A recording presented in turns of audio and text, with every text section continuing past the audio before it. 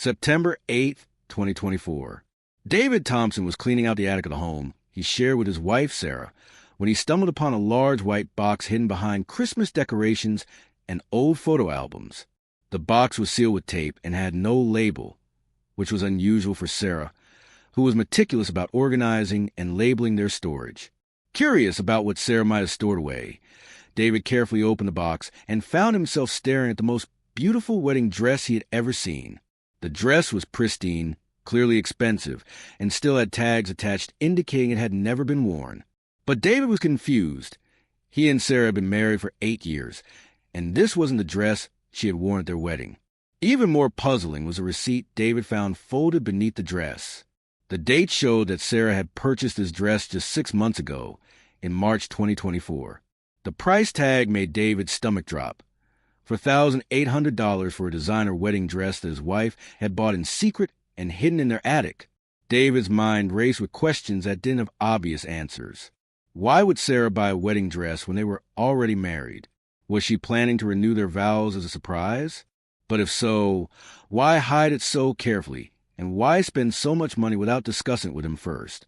As David held the dress and tried to make sense of his discovery, he had no idea that he was about to uncover deception that would reveal his entire marriage was built on lies, and that the woman he had loved and trusted for 8 years had been living a double life that was about to destroy everything he thought he knew about his own identity. The hidden wedding dress was just the beginning of secrets that would tear apart David's understanding of his marriage and force him to confront the possibility that the woman he had pledged his life to had never been who she claimed to be.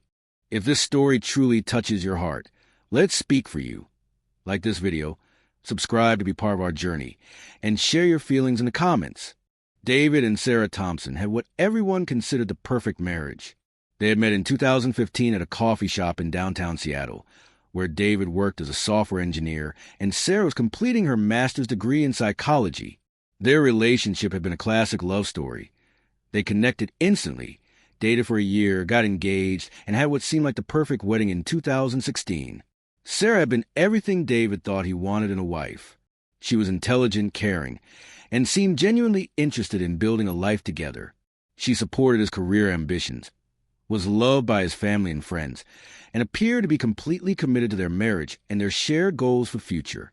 Their wedding had been a beautiful but modest affair, with Sarah wearing a simple but elegant dress that she had chosen carefully and that David had admired. The ceremony had been held at a local church, with about 100 guests celebrating their union.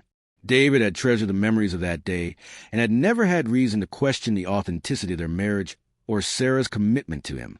Over the 8 years of their marriage, Sarah had been a loving and supportive partner. She had encouraged David's career advancement, had been understanding when he worked long hours on important projects, and had seemed genuinely happy with the life they were building together. They had purchased their home in 2018, had talked about starting a family, and had made plans for growing old together. David had never had reason to doubt Sarah's honesty or faithfulness. She was home most evenings, kept him informed about her activities and friendships, and seemed genuinely invested in their relationship.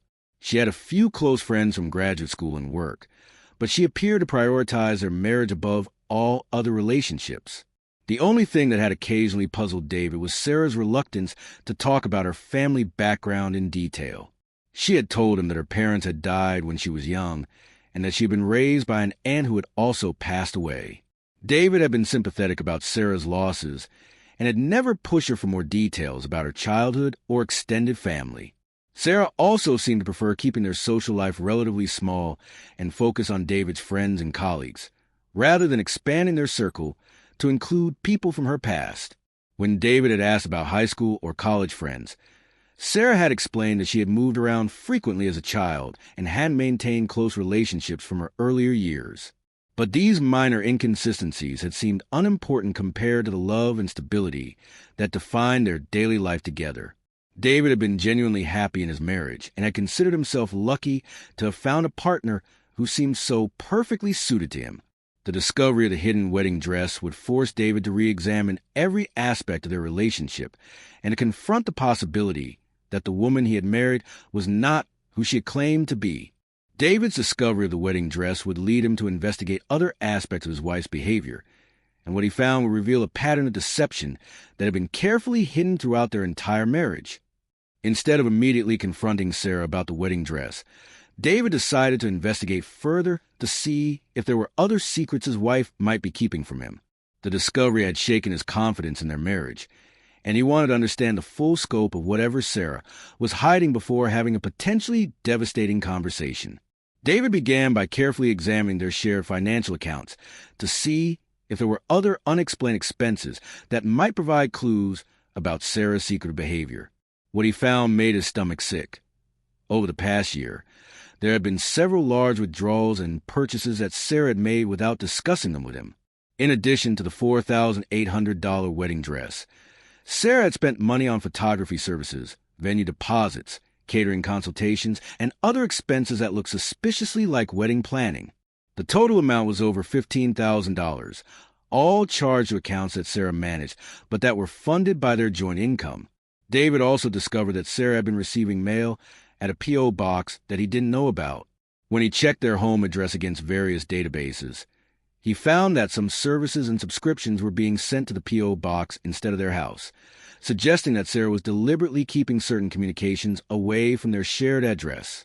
But the most disturbing discovery came when David decided to check Sarah's social media accounts, which he had always claimed to rarely use. David had never been the type of husband to spy on his wife's online activities, but the wedding dress had made him desperate for answers about what she was hiding. Sarah's Facebook and Instagram accounts, which she had told David were mostly inactive, actually showed a completely different picture. She was active on social media almost daily, but she had been careful to hide her activity from David by adjusting her privacy settings and never mentioning her online presence. What David found on Sarah's social media accounts was devastating. Photos and posts that suggested she was living a completely different life when she wasn't with him. There were pictures of Sarah at events he had never heard about, with people he had never met, engaging in activities that she had never mentioned to him. Most shocking were posts that suggested Sarah was not just keeping secrets about social activities. She was keeping secrets about major life decisions and plans that directly affected their marriage. David found posts where Sarah had been discussing big changes coming and new beginnings with friends who seemed to know details about her life that David himself didn't know. There were also photos of Sarah looking at wedding venues and meeting with vendors, all posted with captions that suggested she was planning something significant. But the most devastating discovery was a series of private messages between Sarah and someone named Michael, who appeared to be much more than just a friend. The messages David could see suggested an intimate relationship that had been going on for at least a year, with discussions about future plans and shared activities that Sarah had never mentioned to David. David realized that the hidden wedding dress was not about renewing vows with him. It was about Sarah planning to marry someone else while still married to him. David's investigation into Sarah's secret life would reveal that his wife had been living a double life for years, and that their entire marriage had been a carefully constructed lie designed to hide her true identity and her real plans for the future.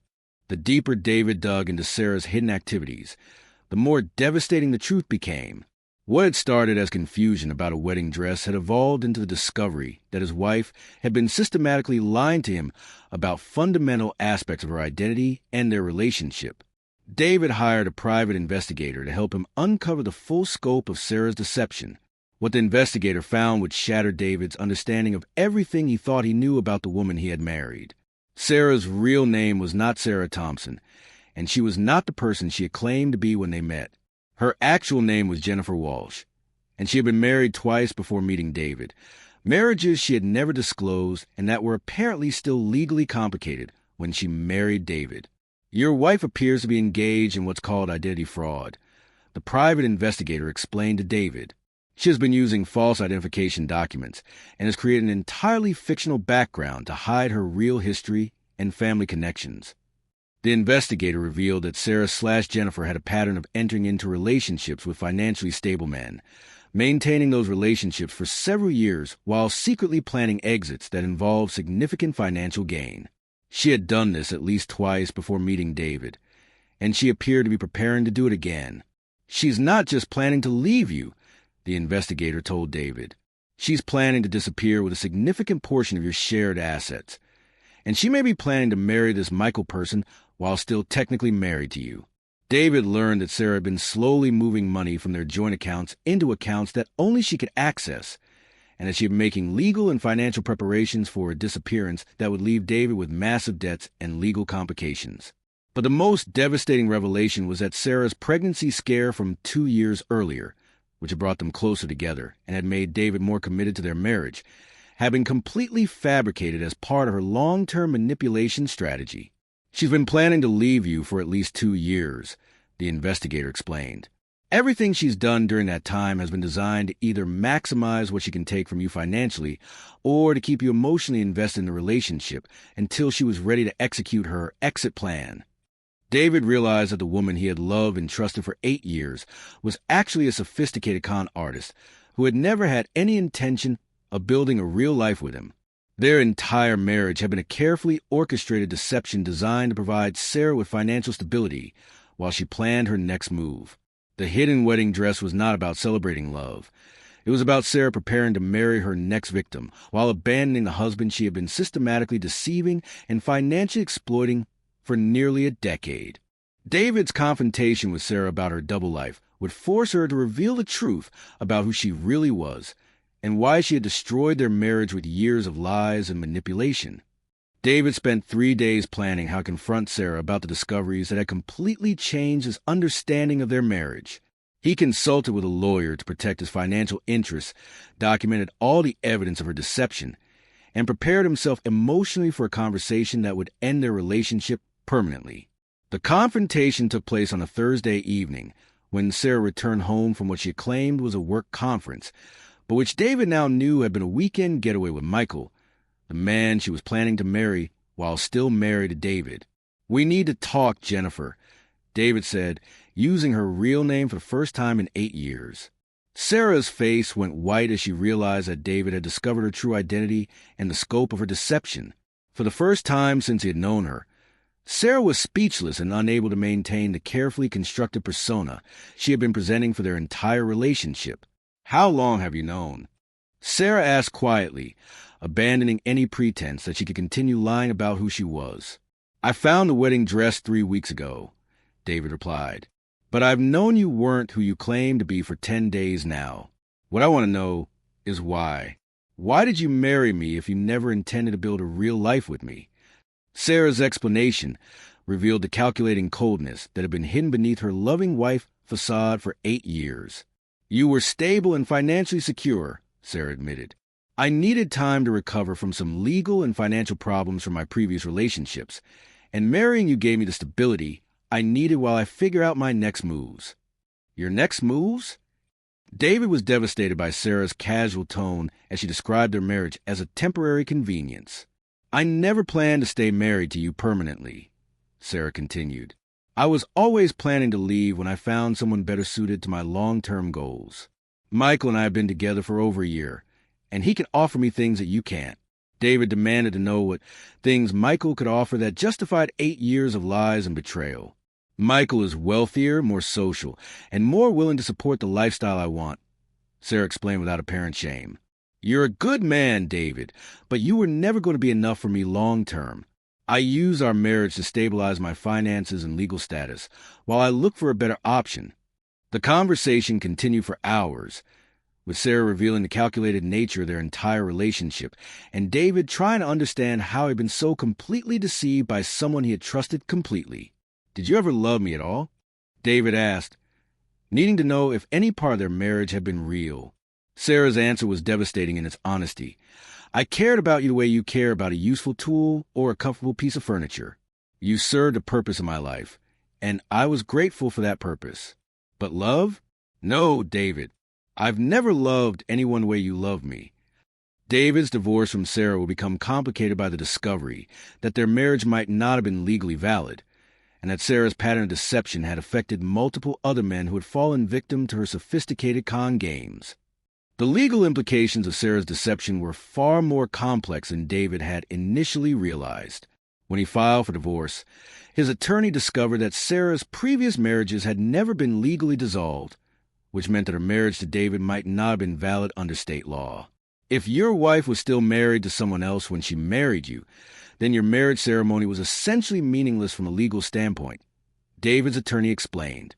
This could actually work in your favor financially, but it also means you've been living with someone who is committing bigamy. The revelation that David might not have been legally married to Sarah created a mixture of relief and additional betrayal. On one hand, it meant that Sarah would have limited claim to their shared assets during the divorce process.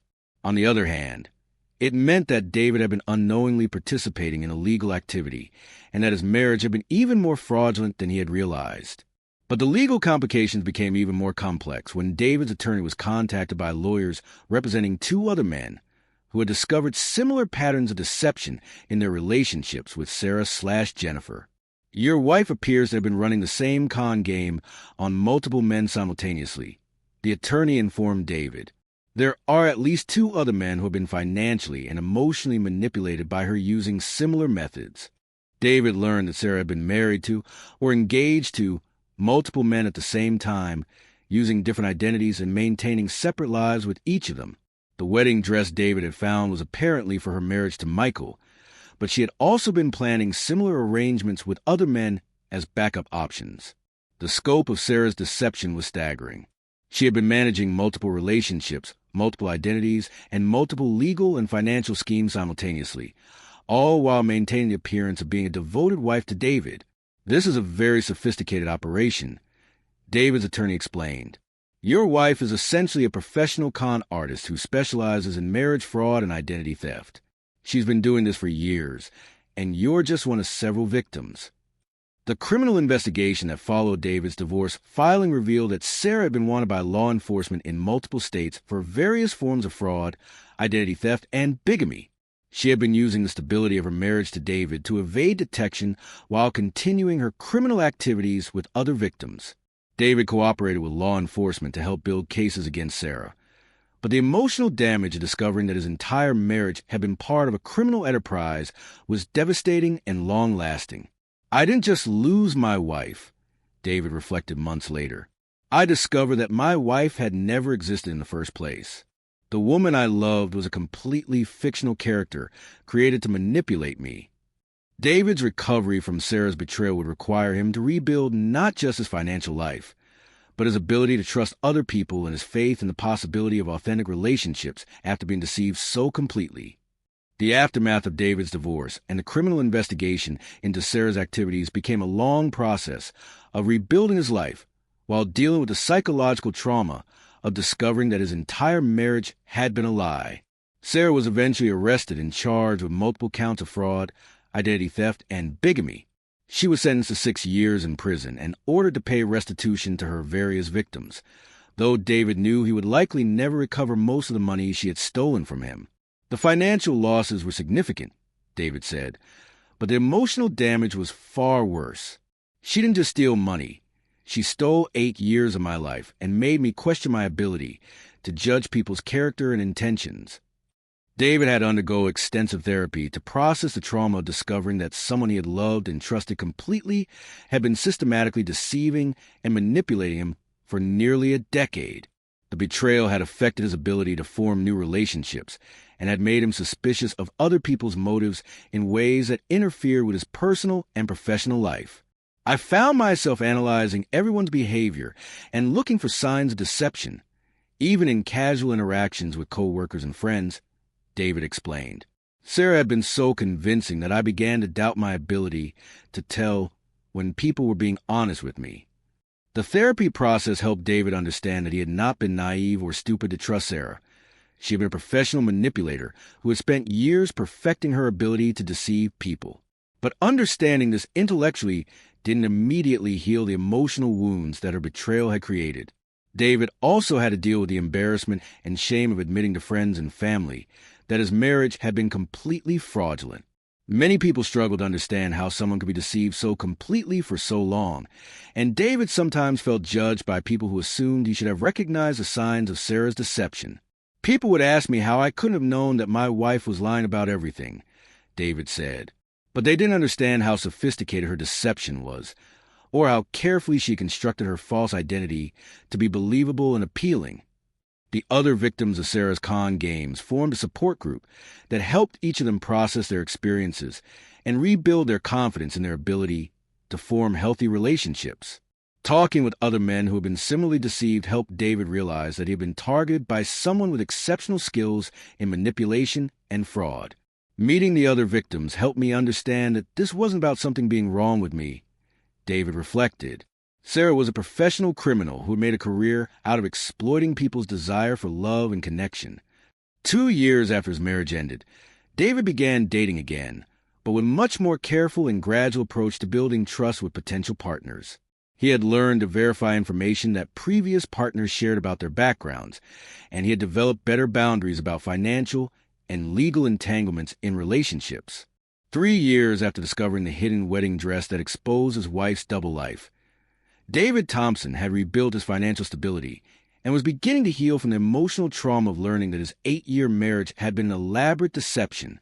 David's story had gained media attention as part of a larger investigation into romance fraud and marriage scams, and he had become an advocate for other victims of similar crimes.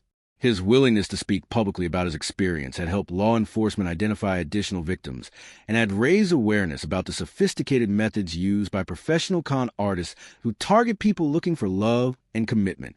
I realized that staying silent about what happened to me was allowing Sarah and people like her to continue victimizing others, David explained during a television interview about romance fraud. By sharing my story, I hope to help people recognize the warning signs of this type of manipulation before they become victims themselves. David had also worked with financial advisors and legal experts to develop better strategies for protecting assets and relationships, while still being able to build trust and intimacy with partners. His experience had taught him that being cautious about financial entanglements didn't have to mean being unable to form deep, emotional connections. I learned to separate emotional trust from financial trust, David said. I can love someone completely while still maintaining appropriate boundaries about money and legal commitments until that trust has been earned over time. In 2027, David met Rebecca, a divorce attorney who specialized in cases involving fraud and deception. Their relationship developed slowly and carefully, with both of them understanding the importance of transparency and verified honesty in building a foundation for lasting love. Rebecca understood my caution about trusting a new partner because she had worked with many victims of similar crimes. David said, she was patient with my need to verify information and establish trust gradually, and she appreciated that my experience had made me more thoughtful about the importance of honesty in relationships. David and Rebecca married in 2028 in a small ceremony attended by close friends and family members who had supported David through his recovery from Sarah's betrayal. The wedding was a celebration of healing and new beginnings, but it was also a testament to David's resilience and his refusal to let one person's cruelty destroy his faith in the possibility of authentic love. Sarah took 8 years of my life and nearly destroyed my ability to trust other people, David said during his wedding toast to Rebecca, but she didn't succeed in making me permanently cynical or unable to love. Finding Rebecca proved that there are honest, caring people in the world, and that it's possible to build something real with someone who values truth and commitment. David's story became part of educational materials used by law enforcement and victim advocacy groups to help people understand the warning signs of romance fraud and marriage scams. His experience demonstrated that these crimes could affect anyone, regardless of intelligence or life experience, and that recovery was possible with appropriate support and professional help. The hidden wedding dress that exposed Sarah's lies was the worst discovery and the best discovery of my life, David concluded. Worst because it destroyed everything I thought I knew about my marriage. Best because it freed me from a relationship that was slowly destroying my finances and my faith in humanity. Sometimes the most painful truths are also the most liberating. If David's story of discovering his wife's deception and finding the strength to rebuild his life moved your heart, please like this video and share it with someone who needs to remember that even the most devastating betrayals can be survived and overcome. Subscribe for more stories about people who found the courage to expose lies and build better lives. And comment below if you've experienced similar betrayals or have insights about recognizing deception in relationships. Your experiences might help someone else avoid similar heartbreak.